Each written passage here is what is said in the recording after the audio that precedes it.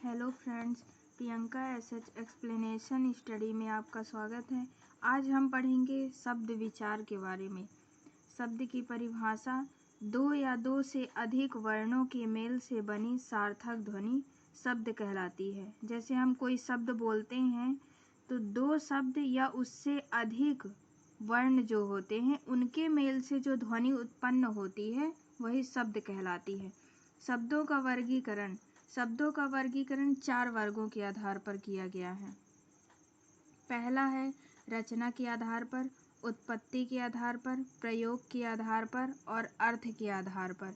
रचना के आधार पर वर्ग के 3 भेद होते हैं: रूढ़ शब्द, यौगिक शब्द, योग रूढ़ शब्द। उत्पत्ति के आधार पर 4 प्रकार होते हैं: तत्सम शब्द, तद्भव शब्द, देशज शब्द, विदेशी शब्द। प्रयोग के आधार पर 2 प्रकार के होते हैं: विकारी शब्द, अविकारी शब्द। अर्थ के आधार पर शब्द 4 प्रकार के होते हैं: एकार्थी शब्द, पर्यायवाची शब्द, विलोम शब्द और अनेकार्थी शब्द। पहला है रचना के आधार पर। रचना या बनावट के आधार पर शब्दों के 3 भेद होते हैं। पहला है रूढ़ शब्द, यौगिक शब्द, योग रूढ़ शब्द। पहला रूढ़ शब्द: जिन शब्दों के सार्थक खंड नहीं किए जा सकते उन्हें रूढ़ शब्द कहते हैं। ये शब्द अपने आप में पूर्ण होते हैं। जैसे हम कोई शब्द बोलते हैं तो उन्हें अलग नहीं किया जा सकता, वो अपने आप में ही पूर्ण होते हैं। जैसे ऊंट, मेज, दवात, हाथी आदि। दूसरा है यौगिक शब्द: एक से अधिक शब्दों के योग से बने शब्द यौगिक शब्द कहलाते हैं। इनके खंड किए जा सकते हैं। कोई शब्द बोलते हैं तो वो एक शब्द या एक से अधिक शब्दों के योग से जो शब्द बनते हैं उन्हें यौगिक शब्द कहते हैं। जैसे प्रयोग धन शाला, प्रयोगशाला। रेल धन गाड़ी, रेलगाड़ी। रसोई धन घर, रसोई घर। राष्ट्र धन पति, राष्ट्रपति। ये शब्द इन शब्दों के खंड किए जा सकते हैं, यानी इन शब्दों को अलग किया जा सकता है। फिर तीसरा है योग रूढ़ शब्द: जो शब्द 2 या 2 से अधिक शब्दों के मेल से बनते हैं जिनसे कोई विशेष अर्थ प्रकट होता है उन्हें योग रूढ़ शब्द कहते हैं। जैसे पीत धन अंबर यानी पीतांबर, पीला है वस्त्र जिसका श्री कृष्ण को कहा गया है। 10 धन आनन यानी दशानन, 10 हैं सिर जिसके, 10 सिर किसके हैं? रावण के, तो इसमें रावण को बताया गया है। यानी 2 या 2 से अधिक शब्दों के मेल से जो वर्ण प्रकट होते हैं और उनसे जो विशेष अर्थ प्रकट होता है वही योग रूढ़ शब्द कहलाते हैं। फिर दूसरा है उत्पत्ति के आधार पर। उत्पत्ति के आधार पर शब्द 4 प्रकार के होते हैं। पहला तत्सम, तद्भव, देशज, विदेशी। तत्सम शब्द है संस्कृत भाषा के वे शब्द जो बिना किसी परिवर्तन के हिंदी में आ गए हैं, तत्सम शब्द कहलाते हैं। संस्कृत भाषा के शब्द हिंदी में आ गए हैं लेकिन बिना परिवर्तन के। जैसे पुस्तक, अग्नि, शिक्षक, आकाश, पुष्प आदि, इनमें कोई परिवर्तन नहीं किया गया है। फिर है तद्भव शब्द: संस्कृत भाषा के वे शब्द जो कुछ परिवर्तन के साथ हिंदी में प्रचलित हो गए हैं, तद्भव शब्द कहलाते हैं। संस्कृत भाषा के शब्द हिंदी में आ गए हैं लेकिन कुछ परिवर्तन के साथ आए हैं। जैसे किताब, आग, अध्यापक, आसमान, फूल आदि। किताब का संस्कृत है पुस्तक, आग का है अग्नि, शिक्षक का अध्यापक और आसमान का आकाश, फूल का पुष्प। ये संस्कृत शब्द का हिंदी रूपांतरण है। फिर है देशज शब्द: वे शब्द जो क्षेत्रीय प्रभाव के कारण प्रचलन से हिंदी में आ गए हैं, देशज शब्द कहलाते हैं। वह शब्द जो हमारे देश में बोली जाती है और देश में अलग अलग क्षेत्रों में बोली जाती है, उसके प्रभाव के कारण यानी क्षेत्रीय प्रभाव के कारण हमारे हिंदी में आ गए हैं। जैसे खाट, चारपाई को बोला गया है।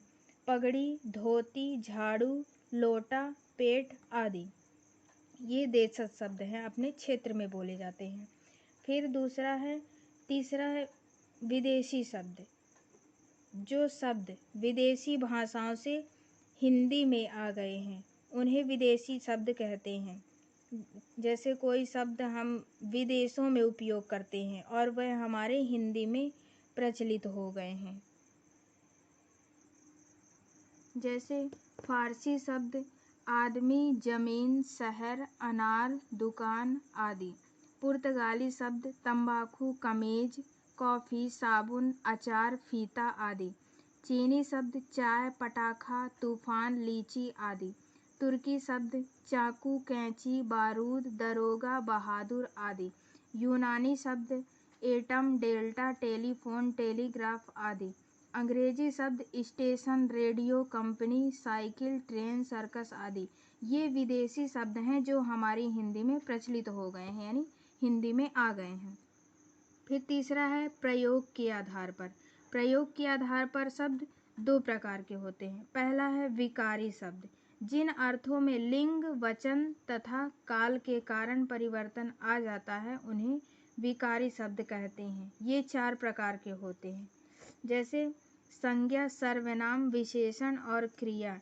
इनमें लिंग और वचन और काल के कारण परिवर्तन आ जाता है।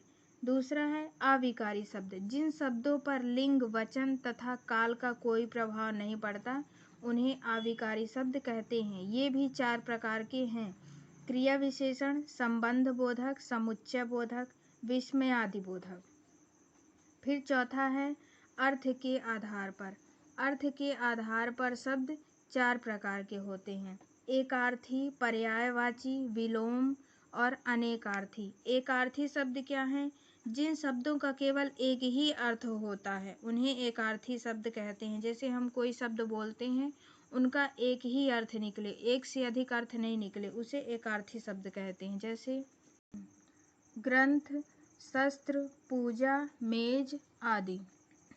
फिर दूसरा है पर्यायवाची शब्द। ऐसे शब्द जिनके एक से अधिक अर्थ होते हैं पर्यायवाची शब्द कहलाते हैं। एक शब्द के अनेक अर्थ निकलते हैं।